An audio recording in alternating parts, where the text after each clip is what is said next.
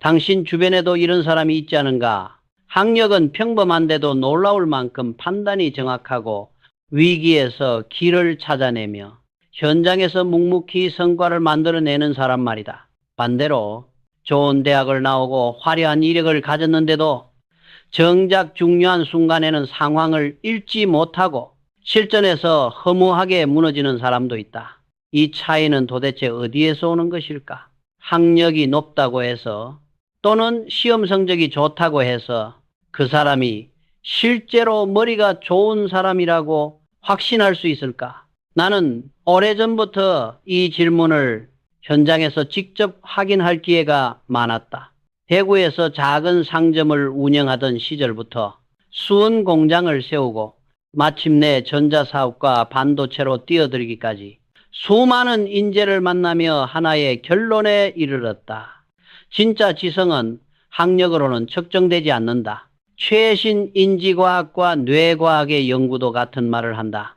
지능은 단순히 몇 점을 맞았는가, 어느 대학을 나왔는가로 판별되는 것이 아니라 뇌를 어떻게 쓰는가, 어떻게 사고하는가, 어떻게 문제를 연결하고 해결하는가에서 드러난다. 당신이 혹시 나는 좋은 대학을 못 나왔으니 머리가 나쁜가 봐 라고 스스로를 낮춰본 적이 있다면 오늘 내용을 끝까지 들었으면 한다. 어쩌면 당신 안에도 아직 깨어나지 않은 실전형 지성이 숨어 있을지 모른다. 지금부터 나는 학력과 상관없이 정말 머리가 좋은 사람들에게 공통으로 나타나는 6가지 특징을 과학적 근거와 내가 직접 경험한 삼성의 현장을 바탕으로 하나하나 풀어가 보려 한다. 당신은 몇 개나 해당되는지 꼭 확인해 보길 바란다.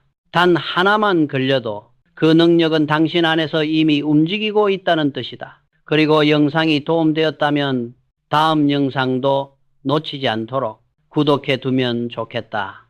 오늘 이야기에서 반드시 얻을 것이 있을 것이다. 우리가 지금부터 살펴볼 첫 번째 특징은 바로 서로 다른 경험을 자연스럽게 연결하는 능력이다. 이 능력은 내가 평생 동안 수많은 사람을 지켜보며 가장 확실하게 느꼈던 기준이기도 하다.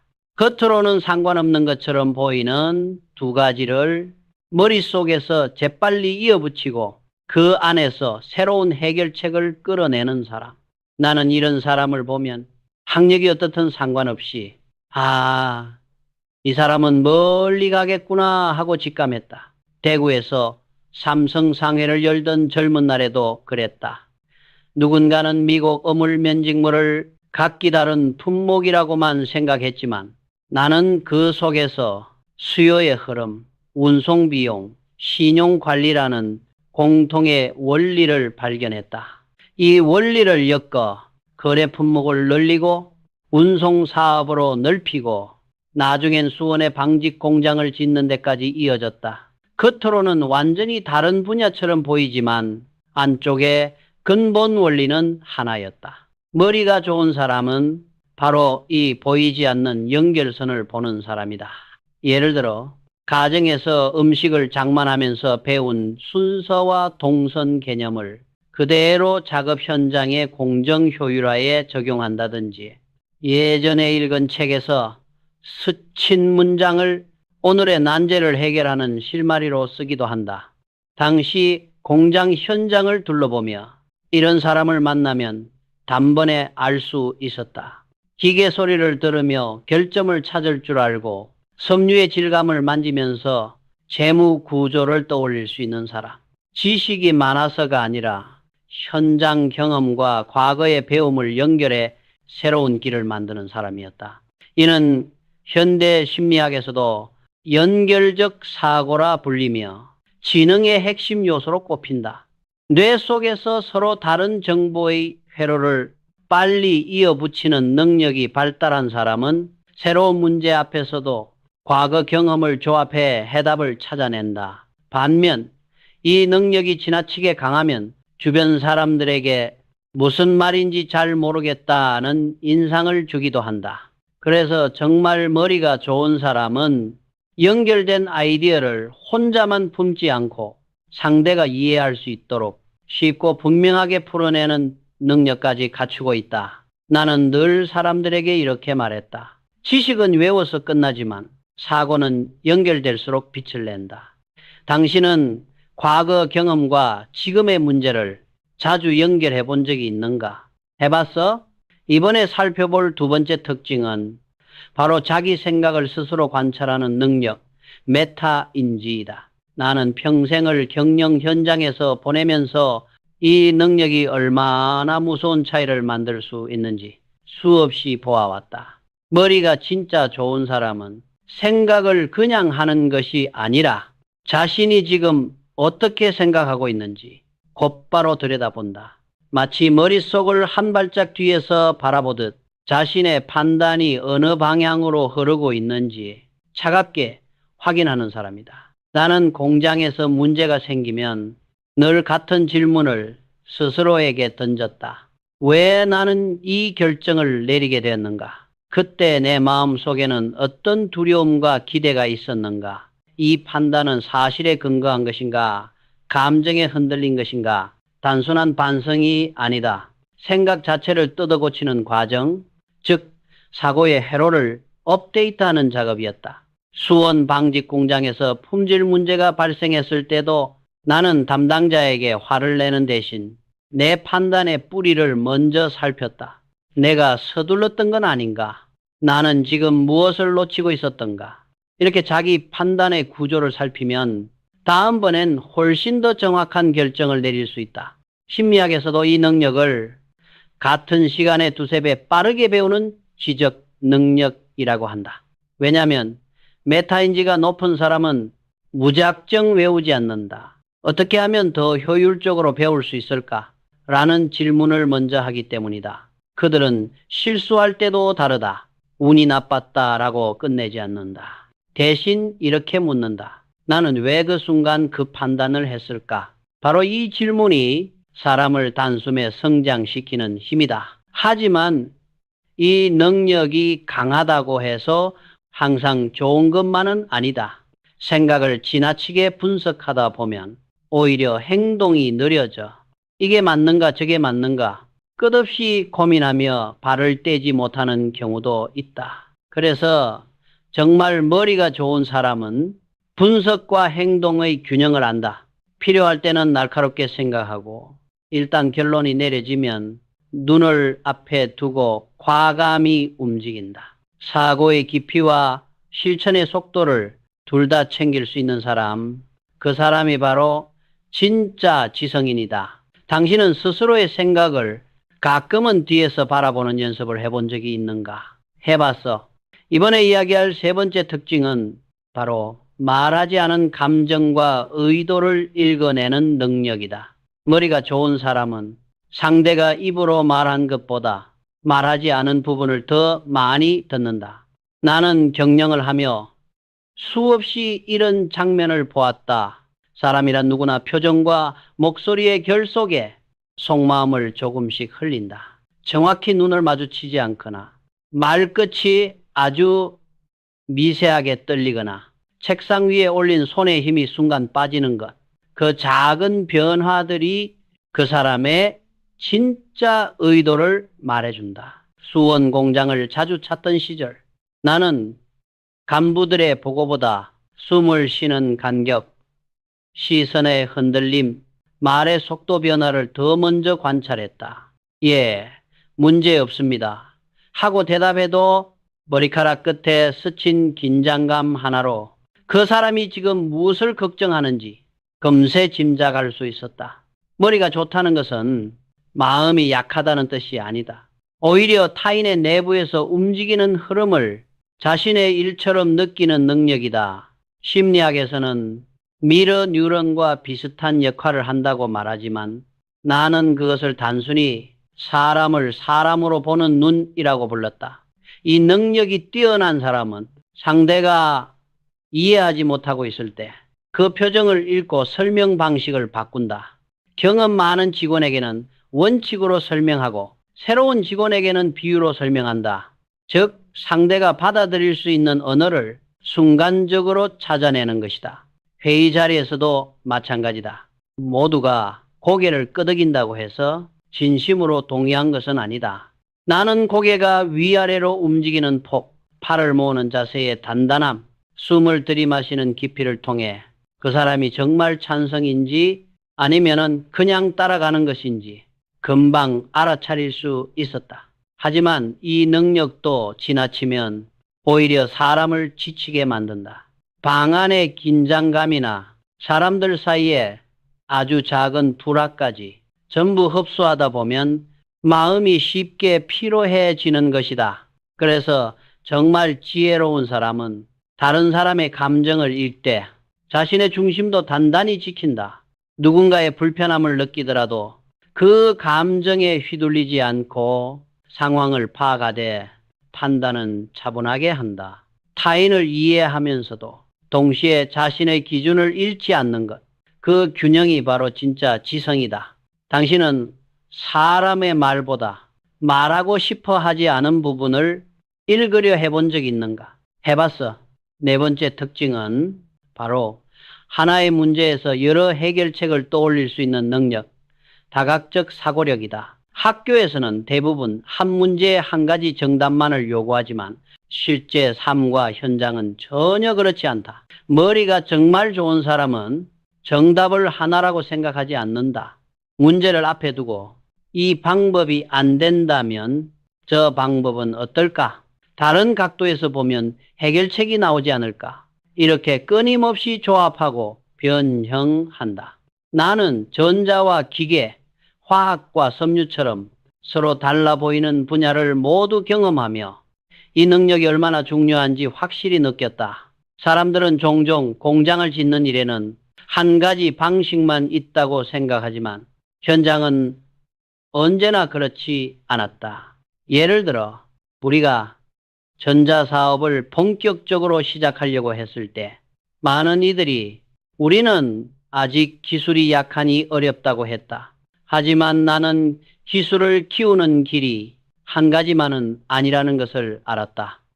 전문가를 모셔오는 방법, 직접 연구하고 설비를 들여오는 방법, 품질 기준을 먼저 세우고 그 기준에 맞는 사람을 찾는 방법, 수많은 해결책이 있었다. 이 중 어느 하나만이 아니라 여러 가지를 동시에 검토하고 서로 보완하도록 설계해야 큰 성장이 가능했다. 심리학에서는 이를 확산적 사고라 부른다. 서로 떨어져 있는 정보와 기억을 조합해 새로운 방식을 만드는 능력, 특히 뇌의 전두엽과 연결된 영역이 활발할수록 이 사고가 잘 일어난다고 한다. 예전에 나는 이런 말을 들었다. 이건 안 됩니다. 그러면 나는 늘 이렇게 물었다. 그렇다면 다른 방법은 무엇인가? 이 질문 하나가 사람의 사고를 완전히 바꾸어 놓는다. 하지만 이 능력에도 함정이 있다. 너무 자유로운 생각만 앞서면 현실과 동떨어진 아이디어가 나오기 쉽다. 그래서 정말 머리가 좋은 사람은 현실적 감각과 자유로운 발상을 상황에 따라 조절한다. 동상이몽을 경계하면서도 가능성은 열어두는 것이다. 당신은 한 문제를 해결할 때 다른 각도에서 바라보려 한 적이 있는가? 한 번이라도 자신의 생각을 아예 다른 곳에서 시작해 본 적이 있는가? 해봤어? 다섯 번째 특징은 바로 중요한 정보와 그렇지 않은 정보를 즉시 구분하는 능력, 정보 필터링의 힘이다. 이 능력은 겉으로 보이지 않지만 사람의 성과를 극단적으로 갈라놓는다. 세상은 늘 온갖 소리로 가득 차 있다. 시장의 소문, 사람들의 추측, 불필요한 걱정, 그리고 본질과는 관계없는 잡음들. 머리가 좋은 사람은 이 수많은 소리 중에서 진짜 중요한 것만을 단번에 붙잡는다. 나는 경영을 하면서 잡음에 흔들리지 않는 눈이 얼마나 중요한지 뼈저리게 느꼈다. 보고를 받을 때도 사람들이 10장, 20장의 자료를 가져오면 나는 늘 같은 말을 했다. 핵심만 말하게. 그 한 문장 속에 내가 중요하게 여겼던 사고의 훈련이 담겨 있다. 수원 공장을 운영할 때도 마찬가지였다. 기계가 내는 소리, 직조, 속도, 실의 장력, 공정 사이의 미묘한 간격, 수많은 정보가 한꺼번에 들어오는 상황에서 진짜 문제가 무엇인지 순간적으로 파악해야 했다. 품질 문제의 원인을 찾기 위해 모든 요소를 다 끌어안아서는 절대 답이 나오지 않았다. 불필요한 요소를 과감히 버리고 이 공정에서 지금 가장 중요한 하나를 정확히 골라내야만 했다. 심리학에서도 이런 능력을 선택적 주의라고 부른다. 뇌는 본래 모든 정보를 받아들이지 못한다. 그래서 뇌는 스스로 필요한 것만 남기고 나머지를 자동으로 지워낸다. 머리가 좋은 사람은 이 필터가 유난히 정교하다. 하지만 주의해야 할 점도 있다. 필터링을 지나치게 강하게 하면 오히려 중요한 미세한 신호를 놓칠 수 있다. 예를 들면 직원이 말끝을 살짝 흐린 이유, 회의 중 누군가의 손끝이 잠시 멈춘 이유 같은 작지만 결정적인 힌트를 잡음이라고 생각해 무시하는 경우다. 그래서 나는 늘 본질을 보되 때로는 주변의 작은 흔들림도 귀 기울여라 라고 말했다. 필터의 촘촘함을 상황에 따라 조절할 수 있어야 비로소 진짜 지성이 된다. 당신은 지금 하고 있는 일에서 무엇이 진짜 핵심인지 스스로에게 물어본 적이 있는가? 지금 이 순간 버려야 할 소음은 무엇이며 붙잡아야 할 한 가지는 무엇인가? 해봤어? 마지막으로 살펴볼 6번째 특징은 바로 자기 신념을 고집하지 않고 새로운 사실과 증거에 따라 생각을 업데이트하는 능력이다. 이 능력은 겉으로는 드러나지 않지만 사람의 성장을 결정짓는 가장 큰 요인이기도 하다. 많은 사람들은 한번 마음에 자리 잡은 생각을 쉽게 바꾸지 못한다. 오랫동안 유지해온 방식이기 때문에, 한때 잘 되던 경험이 있기 때문에, 혹은 자존심 때문에 자신의 생각이 틀렸다는 사실을 인정하기 어려워한다. 하지만 머리가 진짜 좋은 사람은 다르다. 그들은 자신의 신념을 절대적 진리라고 생각하지 않는다. 오히려 지금 이 시점에서 가장 나은 이해일 뿐이라고 생각한다. 그래서 새로운 사실이 나타나면 망설임 없이 받아들인다. 생각을 바꾸는 것이 부끄러운 일이 아니라 더 나아지기 위한 당연한 과정임을 알고 있기 때문이다. 나는 경영을 하며 이 능력이 얼마나 중요한지 수차례 경험했다. 처음 삼성 상해를 열었을 때는 농산물과 자파를 중심으로 삼았지만 그 선택이 영원할 것이라고 단 한 번도 생각한 적이 없었다. 수원이 공업지대로 바뀌어가자 나는 방직 공장을 세웠고 나라의 산업 방향을 다시 읽으며 화학기계 금융으로 옮겨갔다. 그리고 마침내 주변에서 너무 위험하다고 말리던 전자와 반도체에 뛰어들었다. 이 과정은 기존의 판단을 버리고 새로운 길로 넘어가는 수없는 생각의 전환이 이어진 결과였다. 즉, 나는 잘못될 수 있는 신념을 붙들기보다 새로운 가능성에 귀를 기울였다. 심리학에서는 이를 인지적 유연성이라고 부르며 지능을 구성하는 핵심 요소 중 하나라 한다. 논리와 증거를 기반으로 판단하고 감정이나 고집에 끌리지 않는 사고의 태도다. 하지만 여기에도 주의할 점이 있다. 생각을 너무 자주 바꾸면 사람들은 그를 우유부단하다, 믿음직하지 못하다 라고 평가할 수 있다. 그래서 머리가 좋은 사람은 신념을 바꿀 때에도 핵심 가치는 흔들리지 않는다. 나 역시 사업의 형태는 계속 바꾸었지만 사람을 중시한다는 원칙, 품질로 신용을 쌓는다는 기준, 사업은 나라에 도움이 되어야 한다는 믿음은 끝내 바꾸지 않았다. 바뀌어야 하는 것은 전략이고 지켜야 하는 것은 중심이다. 이 균형을 아는 것이 진짜 지성인의 태도다. 당신은 자신의 생각이 틀렸을 가능성을 차분히 인정해 본 적이 있는가? 새로운 증거 앞에서 옛 신념을 내려놓은 적이 있는가? 해봤어? 우리가 지금까지 살펴본 6가지 능력은 누군가에게만 주어진 특별한 재능이 아니다. 학력이 높든 낮든 어떤 길을 걸어왔든 누구나 마음속 깊은 곳에 이미 싹을 품고 있는 힘이다. 내가 대구의 작은 상해에서 시작해 수원 공장을 세우고 전자와 반도체에 도전하기까지 내 곁에는 이런 능력을 갖춘 사람들이 조용히 그러나 단단하게 길을 열어 주었다. 그들은 시험 점수로 증명된 인재가 아니었다. 대신 스스로 사고를 보고 새로운 사실을 받아들이고 타인을 이해하고 문제를 여러 각도에서 풀고 불필요한 것을 버리고 끝없이 자신을 바꿔가는 사람들이었다. 역사를 돌아보면 동서양의 현자들 역시 지식의 양보다 사고의 깊이, 고집이 아니라 갱신의 용기를 더 귀하게 여겼다. 이 능력들은 시대를 초월하며 지성을 지탱해온 기둥이기도 하다. 그리고 무엇보다 중요한 사실은 이 능력들은 지금부터라도 충분히 키울 수 있다는 것이다. 당신이 지금 어떤 위치에 있든 생각을 조금 더 깊게 들여다보고 새로운 관점을 받아들이고 작은 실천을 하루 한 번씩 이어간다면 지성의 근육은 반드시 성장한다. 나는 늘 사람들에게 이렇게 말했다. 사람은 스스로를 단련할 때 가장 크게 변한다. 당신도 지금부터 자신 안에 잠든 능력을 깨워보면 어떻겠는가? 그리고 마지막으로 오늘 이야기에서 마음에 남은 단어가 있다면 아래 댓글에 3, 4글자로 적어보라. 예를 들면 신뢰, 성장, 도전, 집중, 변화 이런 말들.